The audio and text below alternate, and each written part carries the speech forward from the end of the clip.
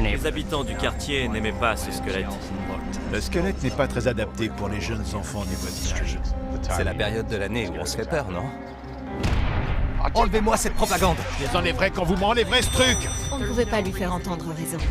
Et tout à coup, le quartier devient le théâtre d'événements terrifiants. Maman? Papa? Alors qu'Halloween est terminé depuis longtemps, le monstre reste en place. Sortez de ma propriété!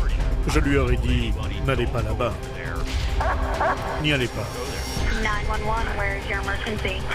My neighbor shot my husband. Nous pensons qu'il s'agit d'une exécution Police! commise de sang-froid. Hey! Qu'est-ce que vous faites? Je partirai pas, c'est à vous de le faire! Rentrez chez vous, aussi triste et pathétique que toi!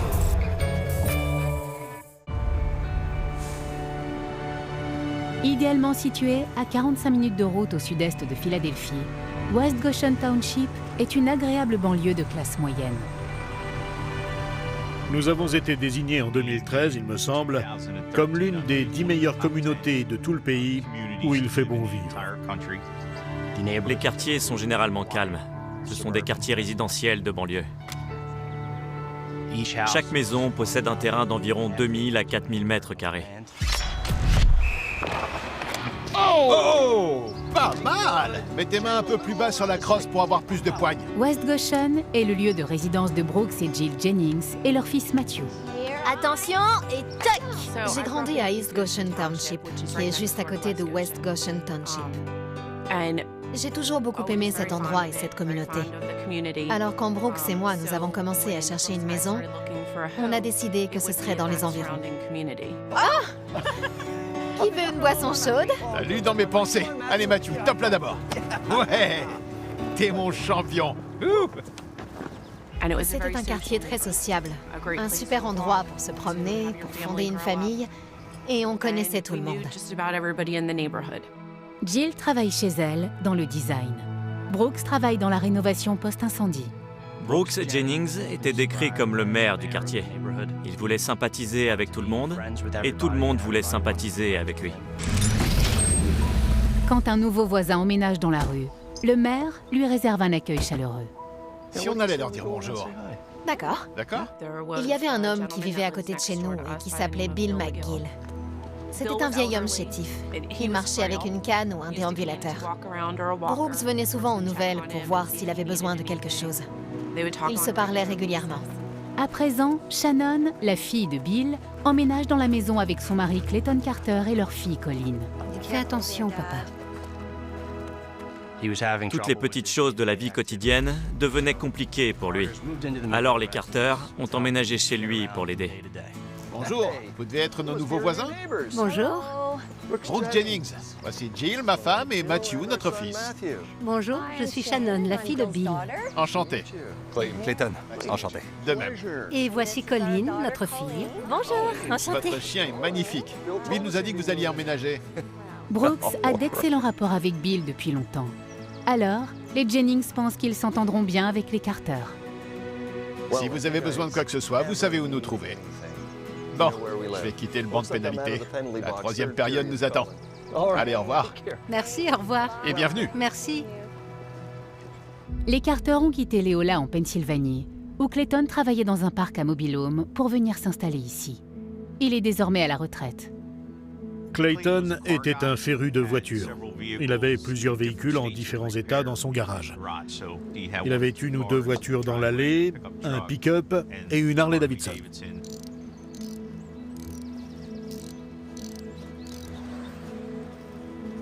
Bonjour Clayton. Belle moto. Elle a quoi comme cylindrée? 1500 cm3. 1500, super. Les Carter étaient là depuis un mois et on n'avait pas franchement fait connaissance.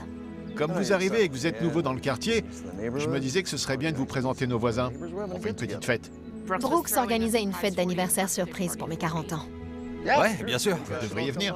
D'accord. Si on peut, on viendra. D'accord, alors à bientôt. Vous me direz quelle est votre bière préférée? Ça marche. Brooks espère que cette invitation aidera les Carter à se sentir chez eux. Mais au contraire, cette initiative conduira à un carnage et à un déchirement. J'en ai rien à faire qu'on m'aime ou pas. Papa? Allez, les footballeurs! Pour l'instant, la vie suit son cours normal, en ce jour de fête organisé par le maire. Les Jennings organisaient régulièrement des barbecues, des fêtes, des réunions entre voisins et même des sorties au golf. Barbecue est chaud! Lors de ces rassemblements, Brooks aime que tout le monde se joigne aux festivités. Brooks est venu me voir pour me dire « Je voulais te prévenir que j'ai invité Bill et les Carter à ta fête. Attention !» Tiens, voilà notre fêtard! Et il m'a dit « Comme ça, j'espère que si on s'amuse et qu'on fait du bruit, ils n'hésiteront pas à venir nous voir pour nous le dire et qu'ils ne rumineront pas dans leur coin. » Ils peuvent toujours compter sur Bill pour répondre présent. Regarde qui voilà. J'espère que vous avez faim, Bill. Oui. Super. Pourtant, Brooks ne peut s'empêcher de constater que Bill est venu seul. Le reste de la famille n'a pas pu venir? Non, ils ne se sentent pas très bien aujourd'hui, je crois. Ah, bon, laissez-moi vous installer. Bill a parlé avec tout le monde et il a bien mangé. Personne d'autre n'est venu. Mais ce n'était pas un problème. Les Jennings ne le savent pas, mais il y a un problème. Leurs nouveaux voisins n'ont l'intention de se rendre à aucune de leurs fêtes. Monsieur Carter aimait rester dans son coin. Il aimait faire les choses de son côté. Même s'il était convié à ces fêtes, ce qui était le cas la plupart du temps, il a toujours décliné ses invitations de voisinage, parce que ça ne l'intéressait pas. Ils sont tous en train de se saouler devant leurs gamins. C'est leur choix. Il n'aimait pas la manière dont ses voisins se rassemblaient pour faire la fête et boire. Et il n'aimait pas que les enfants soient au milieu de tout ça. Ça se fait pas. Je sais, mais... Bon. En principe, il n'y a rien de mal à rester dans son coin. Mais là, en l'occurrence, ce n'était pas monnaie courante dans ce quartier. Clayton aime son espace privé, qui pour lui s'étend jusque dans la rue. Clayton tenait vraiment à son espace devant sa maison parce qu'il faisait des allées et venues avec ses voitures. Il voulait absolument que cet espace soit exclusivement réservé à sa famille. Habituellement, ce n'est pas une rue bondée de voitures. Mais avec la fête de Brooks, toutes les places de parking se remplissent. Clayton n'aimait pas ça. Il ne voulait pas qu'on se gare devant chez lui. Si un abruti abîme ma voiture. Clayton veut que tout le monde sache qu'il s'agit de ses places de parking. Quand l'une des invitées de Brooks reprend sa voiture, elle découvre qu'elle est coincée entre deux véhicules. Apparemment, Clayton avait garé sa voiture derrière elle, pare-choc contre pare-choc. Il était rentré chez lui, avait pris ses clés et avait reculé son autre voiture pour qu'elle ne puisse plus sortir de sa place. D'ailleurs, quand elle a essayé de sortir de sa place, elle s'est démenée pendant un bon bout de temps. Elle a finalement réussi à sortir, mais elle a tapé dans la voiture de Clayton. Cet affront met Clayton hors de lui. Il a prétendu que c'était un délit de fuite et il a appelé la police. J'ai trouvé ça complètement fou. Ça n'avait aucun sens.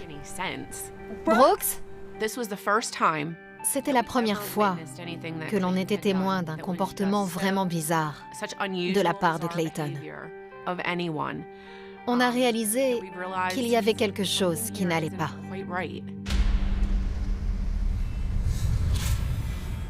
Il n'y a même pas une égratignure sur sa voiture. Pourquoi il vous a appelé pour ça? Bon, je veux pas revenir pour tapage nocturne. Il est l'heure de tout remballer.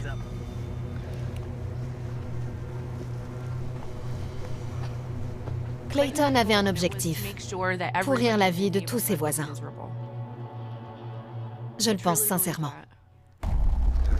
Les Jennings ne vont pas tarder à découvrir que cet incident n'est pas isolé. C'est désormais la nouvelle norme en vigueur dans cette rue.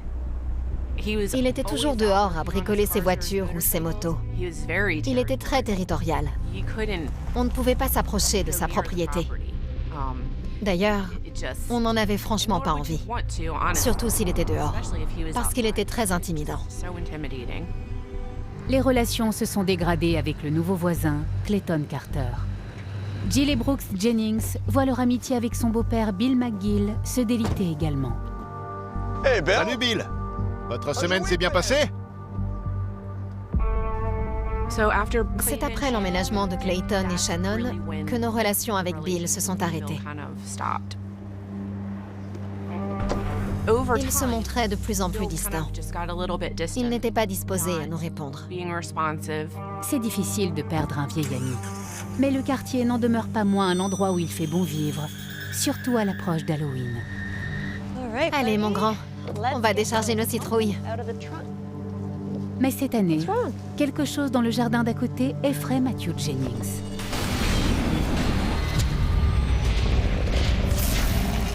Carter avait mis un squelette dehors devant chez lui, près d'un grand arbre, en guise de décoration pour Halloween.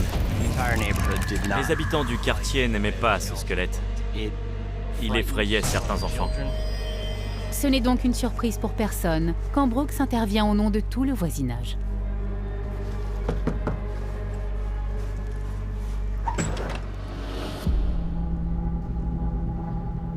Il y a un problème?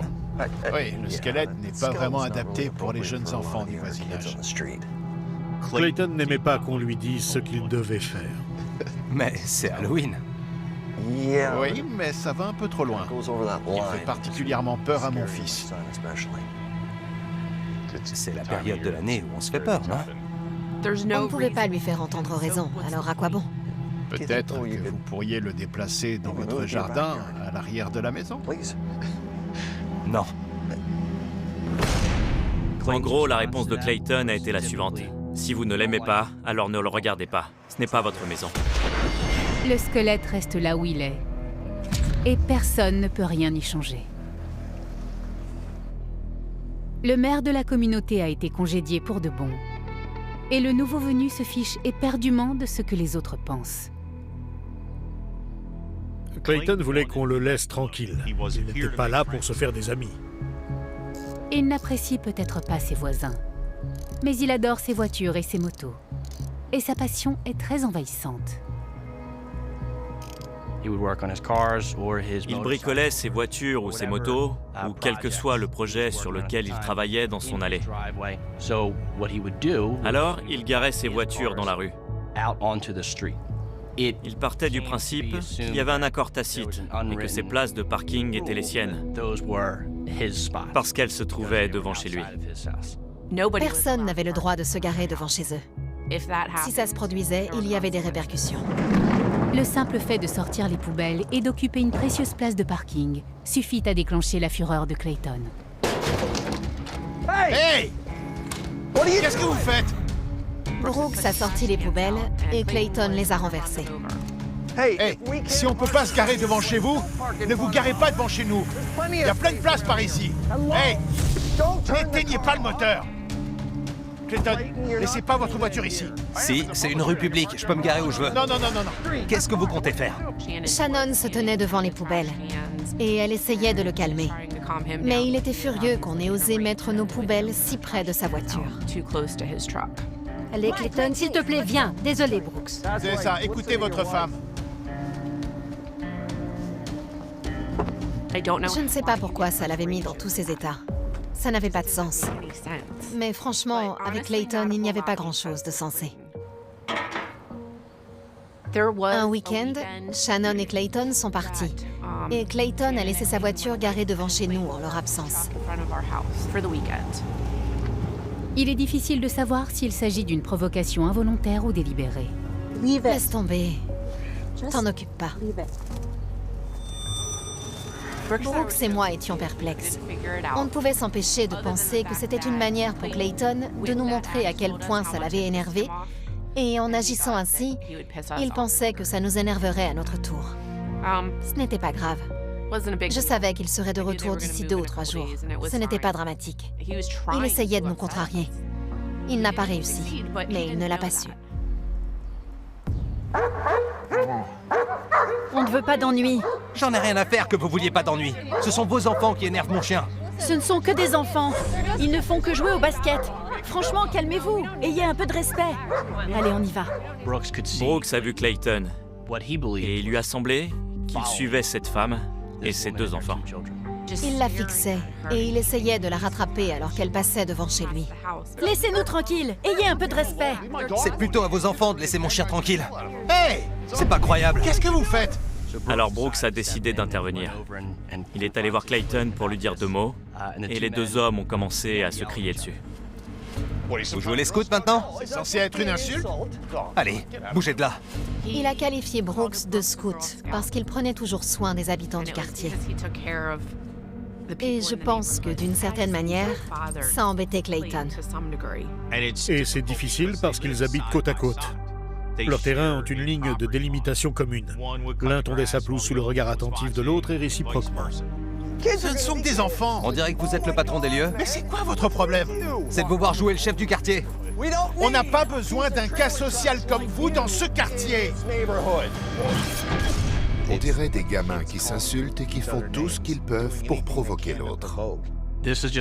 Voilà encore un exemple de Brooks Jennings qui prend l'initiative d'intervenir pour voler au secours d'une voisine, parce qu'il se sent le devoir de la protéger. Cette fois-ci, l'échange de cris habituel monte d'un cran.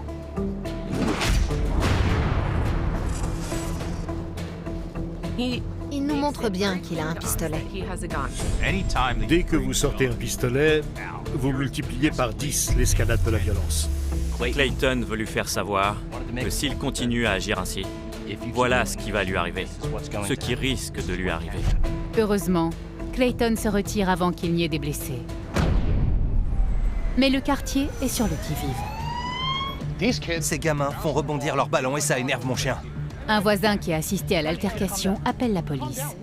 Clayton soutient que Brooks est intervenu alors que ça ne le regardait pas. Monsieur Carter a dit à la police que les enfants qui jouaient avec leurs ballons dehors ont énervé son chien et qu'il s'est mis à aboyer. Il a déclaré à la police qu'il se sentait menacé par nous. C'est incroyable. Clayton est un homme très intelligent. Il sait exactement où se trouvent ses limites et ce qu'il peut se permettre de faire. Les injures et les coups bas, toutes ces choses s'accumulent jusqu'à arriver à une situation explosive qui finit par éclater. Ce type est malade. Il sort de chez lui et il me crie dessus. Depuis qu'on a emménagé ici, il est sans arrêt après ma famille. C'est pas croyable. Ouais, j'ai un pistolet, je suis sorti avec, mais j'ai un permis. C'est mon droit de posséder une arme. C'est un droit garanti par la Constitution. Donc il n'a fait que pénétrer illégalement dans votre propriété. Ouais, et j'ai défendu mon terrain. J'ai un permis de port d'armes. Je crois que j'ai tout ce qu'il me faut. Merci. Merci. Clayton Carter avait le droit de posséder une arme à feu, de tenir une arme à feu dans la main. On aurait pu dire que le fait qu'il possède cette arme était menaçant, mais à ce moment-là, il n'avait pas commis d'infraction. La police n'a rien fait. On allait devoir supporter cette situation si on voulait rester vivre ici. Mais vivre ici ne tarde pas à devenir un véritable cauchemar. Une nuit, des bruits effrayants résonnent dans la charmante rue où habitent Brooks et Jill. Qu'est-ce que c'était? C'était tellement bruyant que je me suis levée d'un bond. Maman? Papa? Matthew, viens là!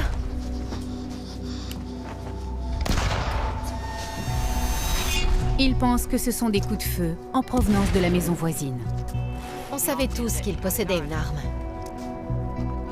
Heureusement, leur voisin Clayton Carter n'est pas en train de tirer des coups de feu, mais de réveiller tout le quartier. Clayton était dans son garage et il faisait vrombir le moteur de sa moto. Ça faisait beaucoup de bruit et ça a duré un bon moment. J'appelle pour vous signaler un tapage nocturne chez mon voisin. J'ai répondu à un appel signalant un tapage nocturne dans le quartier. Quand je suis arrivé, il m'a dit qu'il était en train de régler ses carburateurs, mais qu'il avait arrêté de bricoler et de travailler sur sa moto. Cette fois-ci, Clayton joue le bon voisin, disposé à faire plaisir. Brooks n'y croit pas un seul instant. Il continue à monter la garde pour tout le quartier. Halloween est passé depuis longtemps. Et pourtant, le squelette de Clayton orne toujours son jardin. Il portait un chapeau du Nouvel An au moment du 1er janvier, un drapeau américain le 4 juillet. À chaque événement, il avait un accessoire différent. On lui a dit que ça perturbait certaines personnes et il semblait en éprouver une grande satisfaction. Il a refusé de l'enlever.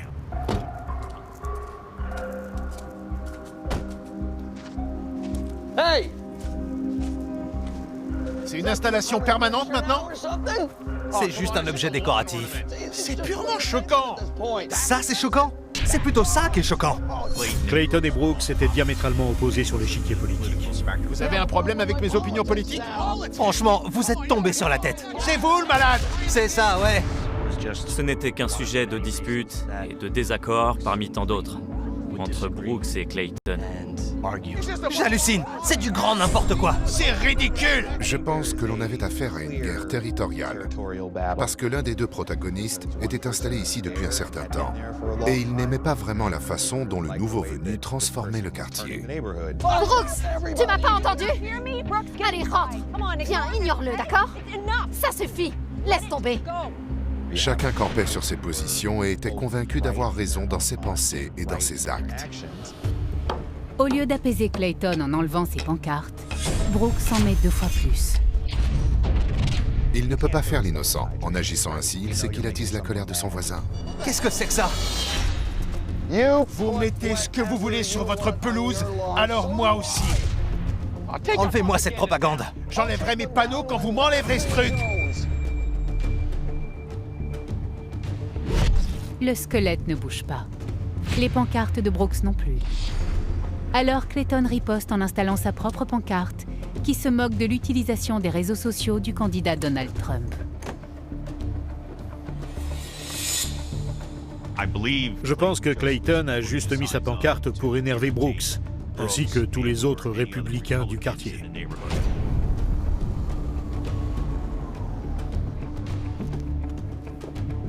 Ce sont ni plus ni moins que des représailles. Dans cette querelle incessante, Clayton frôle toujours les limites de la loi, mais sans jamais les franchir. Il devient de plus en plus compliqué pour les Jennings de vivre dans la maison voisine. Je sortais de chez moi tous les jours de la semaine à la même heure pour aller chercher Matthew à la sortie du bus. Clayton commençait à comprendre notre emploi du temps. Mais pourquoi s'évertuait-il à se tenir au bout de son allée quand je passais devant? Je ne comprends pas ce qu'il essayait de faire, si ce n'est de me montrer que c'était lui qui faisait la loi. Il cherchait à m'intimider. Mais je ne voulais pas non plus que mon fils pense que tout ça était normal. J'étais très inquiète pour la sécurité de Matthew. C'était un climat très stressant.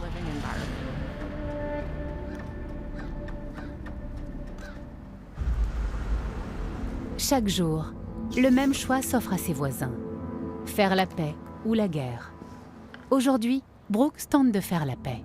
Brooks Jennings était dehors. Il s'entraînait à taper dans des balles de golf et il a vu Clayton Carter devant chez lui. Il voulait parler à Clayton et en finir une bonne fois pour toutes. Brooks avait un club de golf à la main. Je sais que c'était un grand golfeur. Je ne sais pas pourquoi il l'a pris avec lui.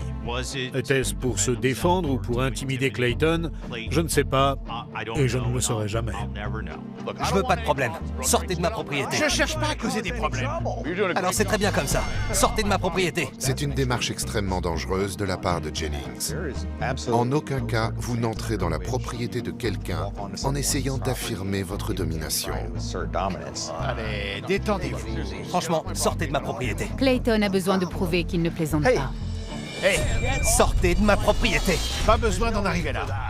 S'il lui demande de partir, il doit partir. Sinon, il se rend coupable d'une violation de propriété.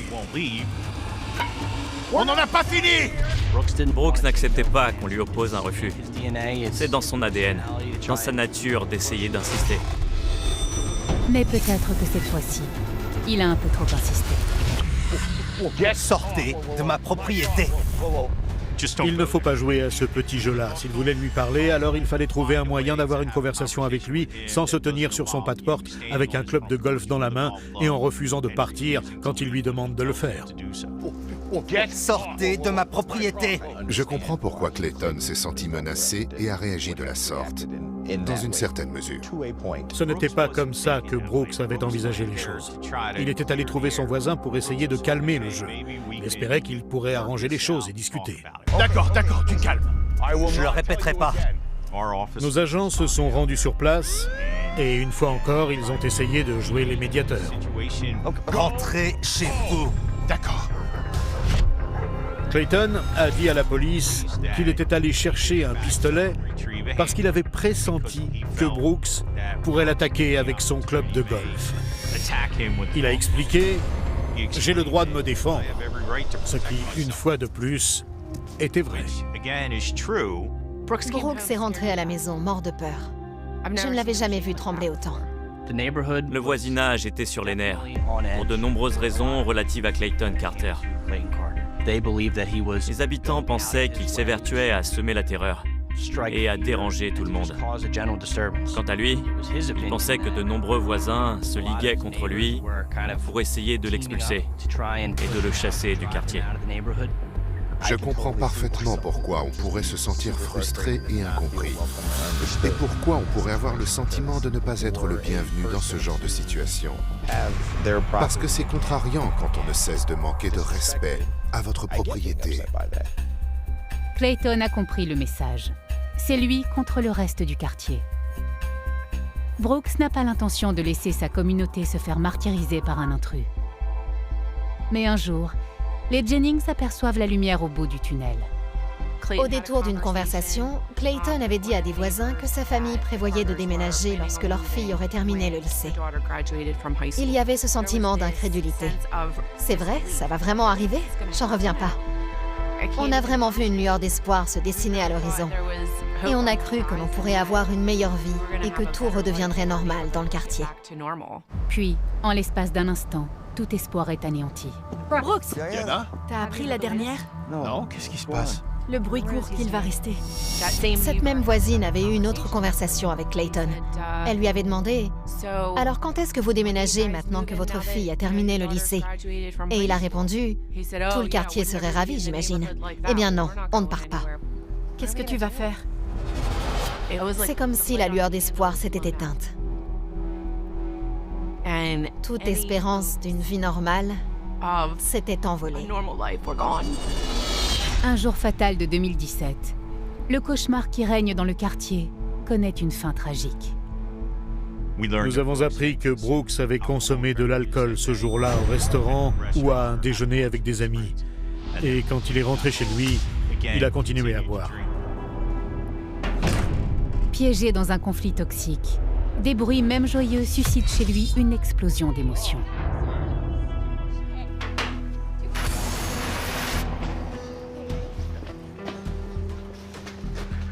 Oh non! Je l'ai eu! Oh, un petit peu trop court. Allez, papa. 2 points, c'est ça? Ouais. T'es prêt? Ouais. Ah! Oh non! Un poil trop court. Allez, t'es prêt? Et Brooks s'est mis à filmer Clayton avec son téléphone. Qu'est-ce que vous fabriquez?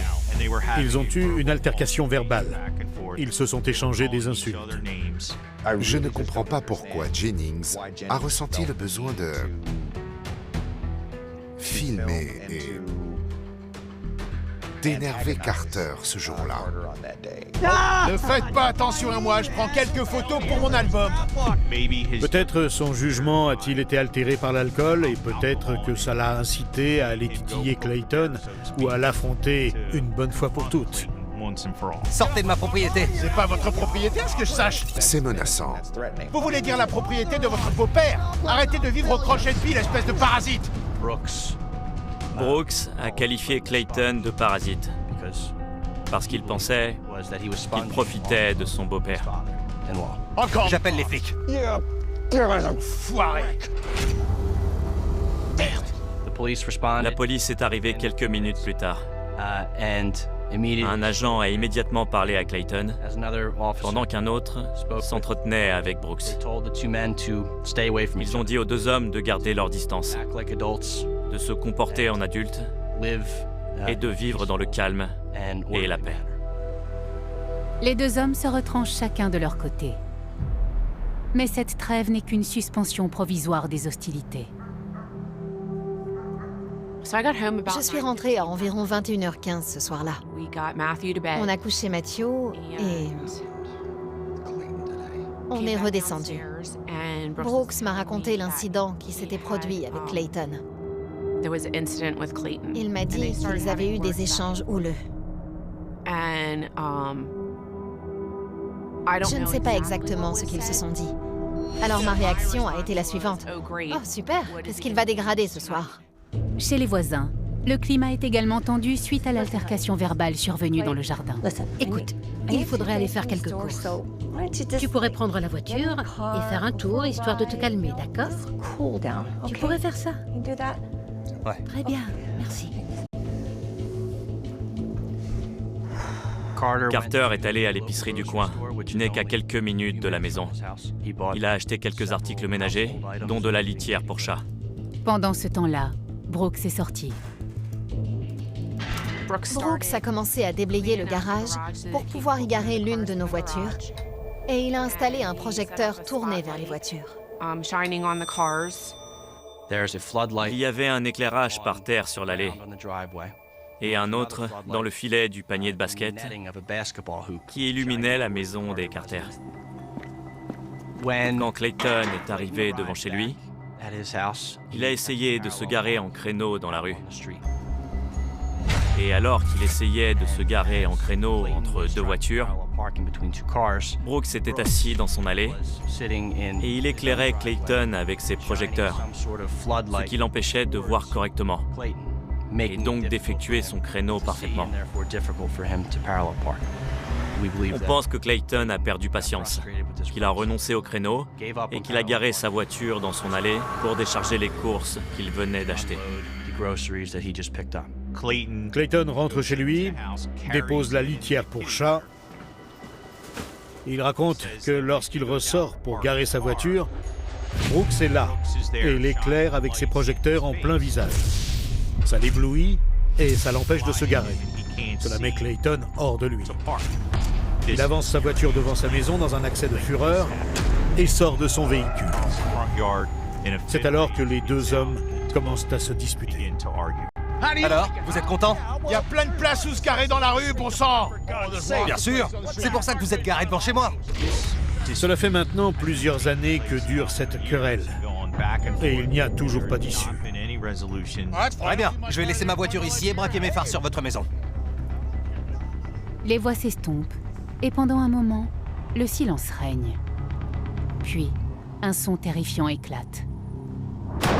Je suis assise chez moi quand j'entends un coup de feu. Je vois quelque chose par terre.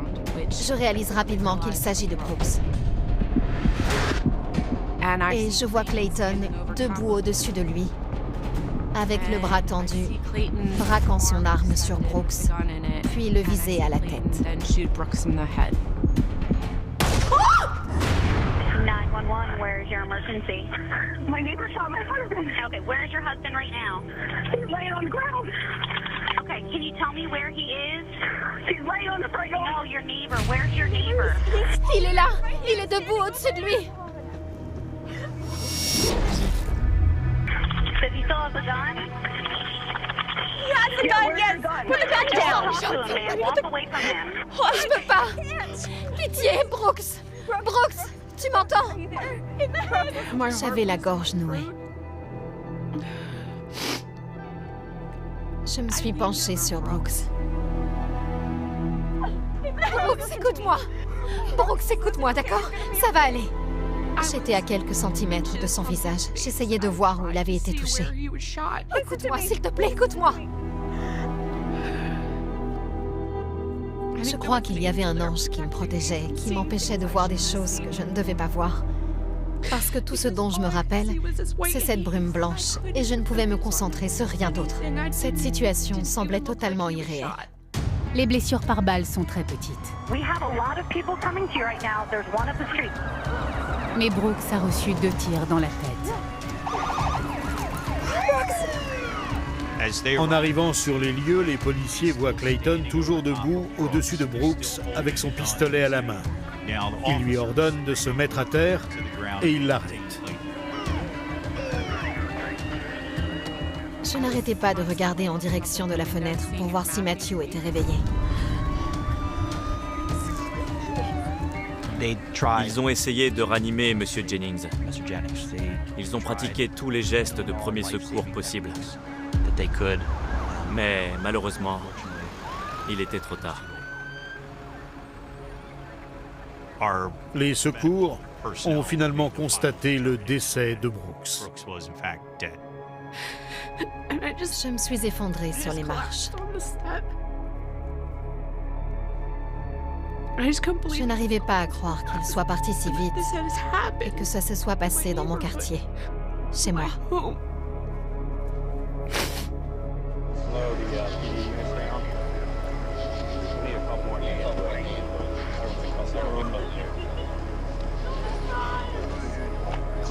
Clayton Carter a été conduit au commissariat de West Goshen Township.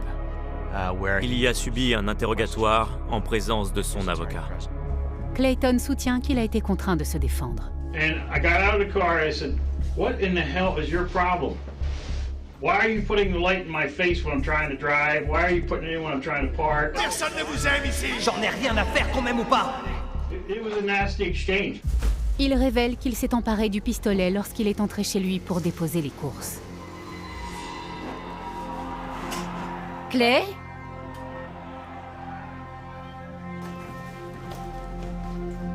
When I went back out to park, I had the pistol in my sweat jacket. I said, if he comes at you... Alors vous en redemandez.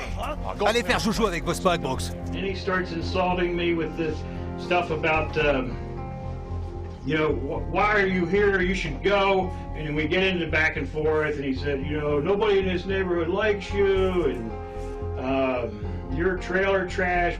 C'est quoi votre problème? Puis, Clayton fait une déclaration choquante. C'est vous mon problème. Il dit à la police que Brooks était armé d'un couteau. And before I know it, there's a knife at my stomach.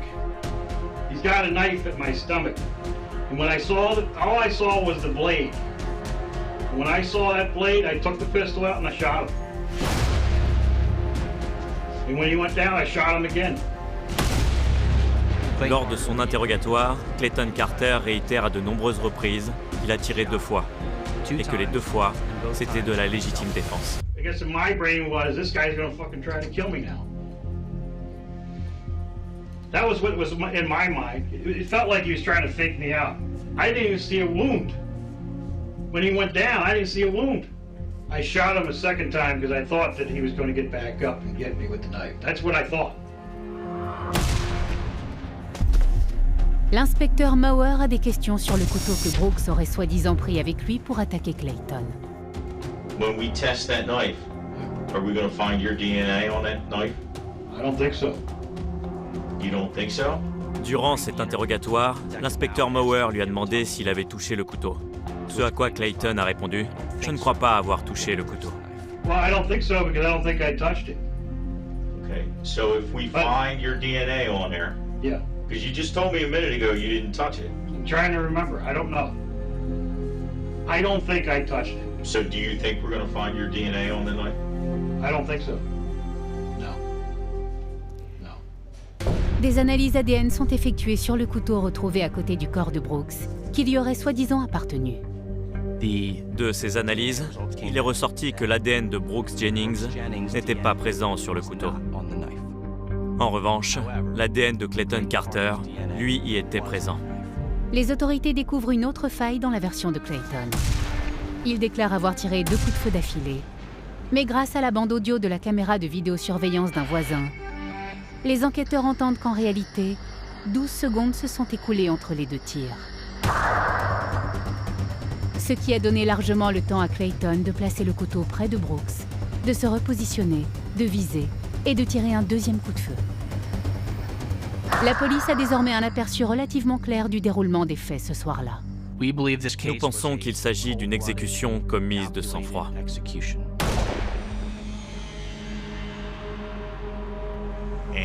Finalement, le jury a vu les choses exactement telles que nous pensons qu'elles se sont passées. Nous savons qu'il y a eu 12 secondes entre le premier et le 2e tir. Après avoir tiré le premier coup de feu, Clayton a sorti le couteau de sa poche. Il l'a ouvert et l'a placé à côté de la main de Brooks. Il a veillé à effectuer une mise en scène pour faire croire que Brooks était en possession de ce couteau depuis le début. Et que par conséquent, c'était par légitime défense qu'il lui avait tiré dessus et l'avait tué. I think I was like right here. Okay. And there was like a knife over here. So the knife may be down here? Yes, sir. And you're this far? This is the appropriate? Yeah, because I remember seeing a knife and he was moving and I thought, he's faking me out. And then I shot him. Okay. Pourquoi se serait-il approché s'il avait peur de lui? La réaction normale aurait été de mettre de la distance entre eux. Ce n'est pas une obligation, mais s'il avait peur, pourquoi aurait-il fait ça? Pourquoi se serait-il approché? But the first shot, I was like, I saw nothing. I mean, he just faded back in such a way that I thought he's faking me out. Il s'est approché pour tirer sur Brooks une deuxième fois afin de s'assurer qu'il soit mort. Comme ça, Brooks ne pourrait pas dire « ce n'est pas mon couteau ». Le 29 août 2019, Clayton Carter est condamné à la prison à perpétuité sans possibilité de libération conditionnelle pour le meurtre avec préméditation de Brooks Jennings.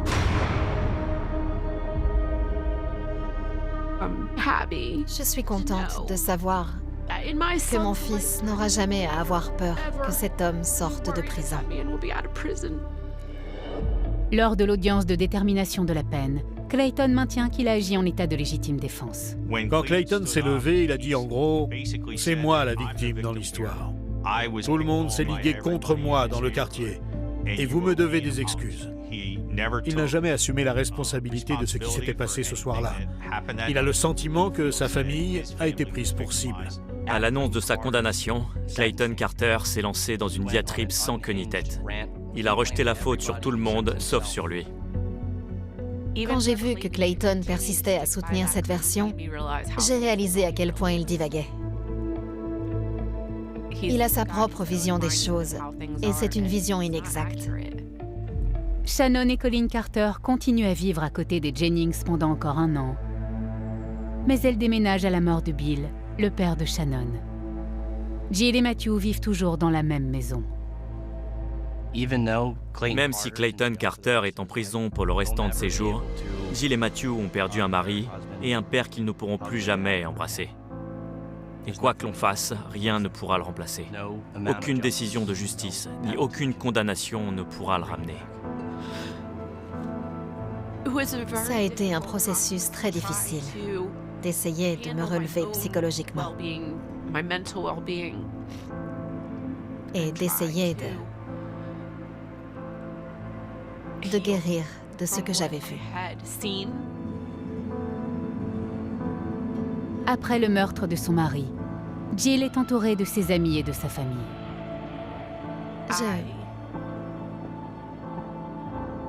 Je n'aurais jamais pu surmonter aussi bien cette épreuve sans le soutien de tous mes proches, sans le soutien de tout le quartier.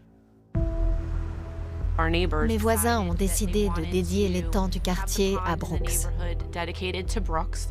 Ils ont organisé une cérémonie en son honneur.